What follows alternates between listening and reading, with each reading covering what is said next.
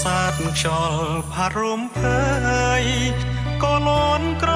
ហើមឆ្លងឆ្លាយដងហើយហៅរងទឹងភ្លីចាប់នាងពេញព្រៃគ្មៀតក្មេងបំភ្លៃសំនាង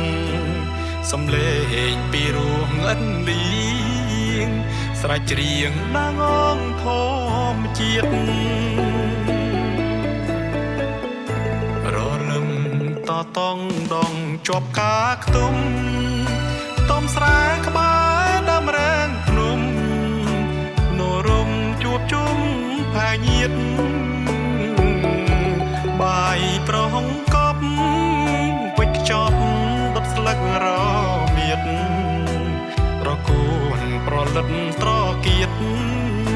ប្រជ្រៀតនឹងជូកូនម៉ែទឹកគ្រឿងកាស្នោស្បៃរឿងលកខ្ចី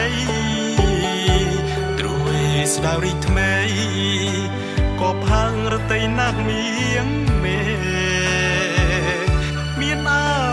ជាតិរស់ឈ្ងុយឆ្ងាញ់ពីសាមលែងទេរសៀលសូរិយាជ្រៀលជ្រេបងច្រៀងបំពេឆោមឆាស្ដងគុតរលន់រាំងស្មីសន្សាមផ្ដាមធ្លៀងជោគដីកាព្រៃរីកគ្មានរសាយ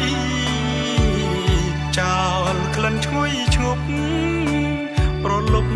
ស្រង់ស្រោបមិនណាយជួបជុំញាតិមិនចិនឆ្ងាយសប្បាយស្រុកស្រែកស្នេហ៍ខ្ញុំ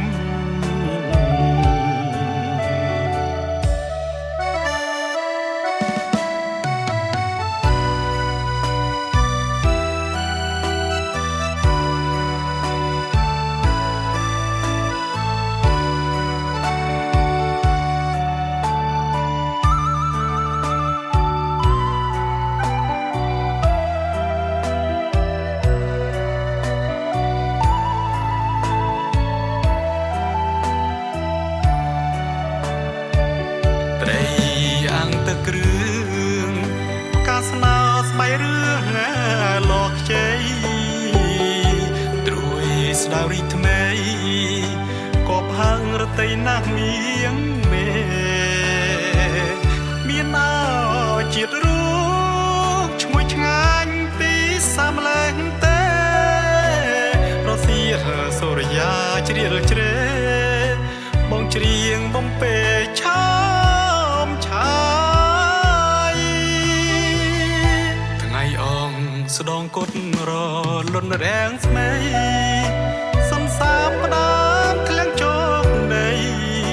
កាព្រៃរីកគ្មានរសាយចោលក្លិនឈ្ងុយឈប់ប្រលប់ស្រង់ស្រោបមិនណាយជួបជុំញាតិមិនចិនឆ្ងាយសប្បាយស្រុកស្រែកស្នេហ៍ខ្ញុំ